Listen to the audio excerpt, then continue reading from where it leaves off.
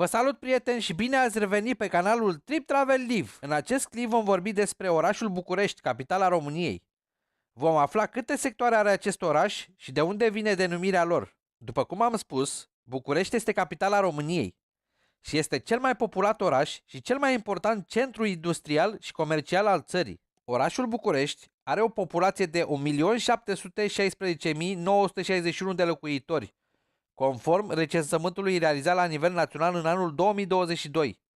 Și din cele 41 de județe din România, municipiul București se situează pe locul întâi în clasamentul județelor după numărul de locuitori. În același timp, face ca Bucureștiul să fie printre marile orașe din Uniunea Europeană. Bucureștiul are o suprafață de 240 de km pătrați, ceea ce înseamnă că orașul ocupă 0,08% din întreg teritoriul României. Bucureștiul găzduiește o mulțime de clădiri impresionante, inclusiv Palatul Parlamentului, cea mai mare clădire administrativă din lume. În București se găsește unul dintre cele mai vechi teatre din lume, Teatrul Național București, care a fost construit în anul 1852, dar și una dintre cele mai vechi biblioteci din Europa, Biblioteca Academiei Române, care a fost fondată în anul 1690. Orașul mai este cunoscut și sub numele de Micul Paris, datorită stilului său european și a numeroaselor sale parcuri și spații verzi. În anul 1979, București avea 8 sectoare, iar ulterior a avut loc o nouă reformă administrativă și s-au regrupat zonele.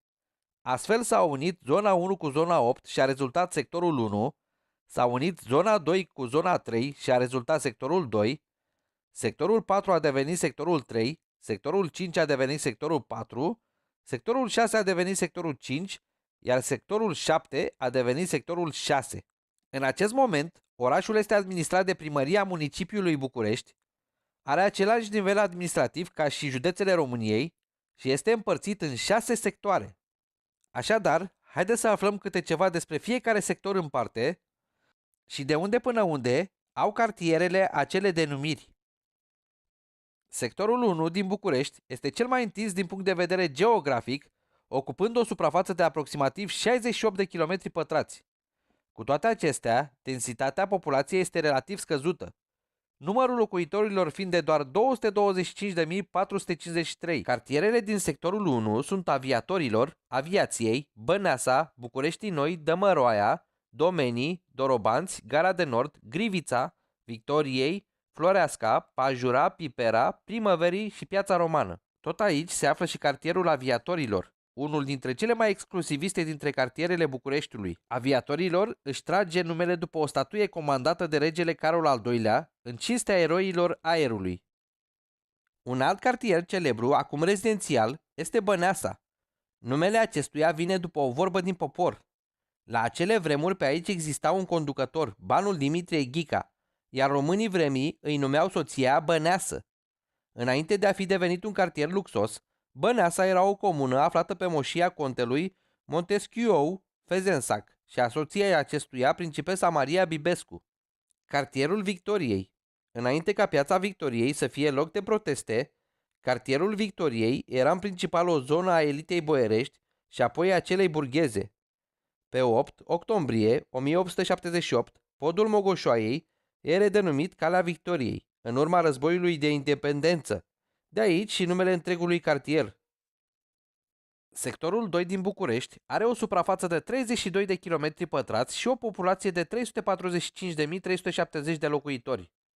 Cartierele care se găsesc în sectorul 2 sunt următoarele: Pantelimon, Colentina, Iancului, Tei, Floreasca, Moșilor, Vatra Luminoasă. Cartierul Obor. La finalul secolului al XVII-lea, Bucureștiul avea 3 târguri, printre care și târgul de afară sau Oborul, de vite. Târgul de afară se întindea între Calea Moșilor, după sărbătoarea Moșii de vară, și Piața Obor de astăzi, situat pe atunci după marginea orașului. Cartierul Pantelimon. Încă din vremuri de mult apuse, cartierele Bucureștiului erau pline de greci, turci, ruși și alte naționalități. Istoricii pun numele de Pantelimon pe seama grecilor, care erau majoritari în această parte a Bucureștiului. De altfel, se pare că numele vine din greacă, plecând de la cuvintele grecești pan, care înseamnă tot, și eleos, care înseamnă milă. Cartierul Colentina. Nu se știe exact data de naștere a cartierului, dar etimologia numelui vine de la o expresie folosită de locuitorii zonei.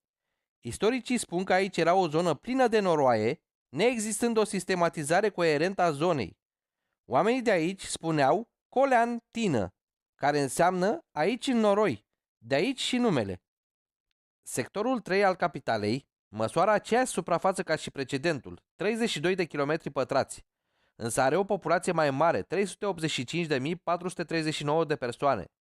În sectorul 3 găsim următoarele cartiere: Vitan, Dudești, Titan, Balta Albă, Centru Civic, Dristor, Muncii și Unirii. Cartierul Dristor. Numele de Dristor are o istorie veche în aceste părți de câteva sute de ani. Meșteșugarii vremii, așa numiții dârstari, sălăjleau în zonă, fiind cei care manufacturau postavul și dimia. Istoricii spun că aceștia se mai numeau și pioari. Cartierul Titan. Deși am putea crede că și acest nume vine din negura vremii, din păcate nu. Conform istoricilor, zona a luat numele de Titan după ce în anul 1920 aici se construia o fabrică de ciment cu același nume. Cartierul Balta Albă vine din anul 1813, când în zona avusese loc o epidemie de ciumă. Numele se trage de la faptul că morții de ciumă erau dați cu var nestins, iar în urma acestui procedeu se crease o adevărată baltă mare și albă.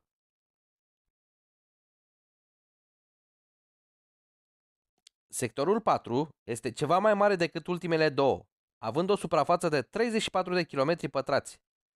Cu toate acestea, populația este mai puțină, fiind doar 287.828 de persoane.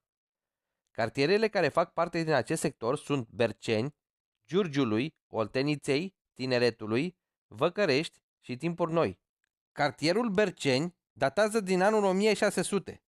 La acel moment, în Bucureștiul anilor 1600, în această zonă ajunge un grof maghiar pe numele său Miklos Berceni, în drumul său spre Imperiul Otoman. Legenda spune că i-a plăcut foarte tare zona, încât a decis să se stabilească aici. Cartierul Tineretului se trage de la Parcul Tineretului, amenajat la mijlocul anilor 70 de tinerii din școli și fabrici din apropiere. Sectorul 5 este cel mai mic, cu o suprafață de 30 de km pătrați și o populație de 271.575 de persoane. Cartierele care se regăsesc aici sunt Giurgiului, Ferentari, Rahova, Ghencea, Cotroceni și 13 septembrie. Numele cartierului Cotroceni vine cel mai probabil de la a cotroci, care înseamnă fie a scotoci, fie a adăposti. Numele ar putea fi legat de pădurea deasă, în care se ascundeau haiducii și tâlharii, până prin anul 1660, când dealul Cotroceni devine proprietatea lui Șerban Cantacuzino. Cartierul Ghencea, azi celebru cartier pentru fanii și echipa de fotbal Steaua București. În trecut, zona era sub stăpânirea unui Genci Aga. Numele era, de fapt, al unui conducător turc al arnăuților din garda domnească. Sectorul 6 este al doilea cel mai mare sector din București, atât ca suprafață cât și ca populație. Acesta măsoară 38 de km pătrați și are 367.760 de persoane.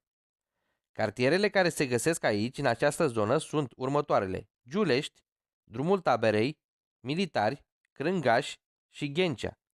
Celebrul de acum cartier Giulești, în vremurile boierimii, era de fapt moșia unui neam bogat de boieri, cunoscuți sub numele de Julești. Istoria acestora se întinde pe aproape 4 milenii, aici existând așa numita cultură Giulești-Boian. Cartierul Drumul Taberei.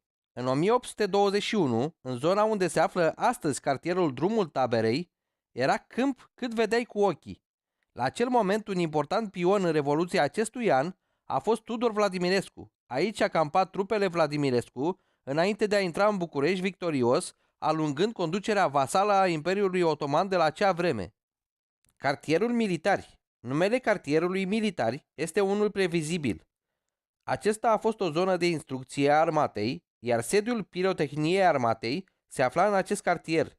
Locuințele din preajmă au fost construite pentru cadre militare. Cartierul Ferentari. Nu există consens în legătură cu originea denumirii cartierului Ferentari. Două dintre ipotezele care circulă leagă denumirea de militarie, fie de la Ferentari, ostașii olteni al lui Alexandru Ioan Cuza, care au primit terenuri în această regiune, fie de la Ferentarius, numele dat soldaților infanteriști din legiunile romane. Dragii mei prieteni, acesta a fost clipul în care aflăm câte sectoare are orașul București, capitala României, și unde am înțeles de unde vine denumirea unora din multele cartiere din București. În speranța că v-a plăcut acest clip și că a fost interesant, nu uitați să dați un like, share, subscribe și ne vedem data viitoare cu alte clipuri interesante. Salutare!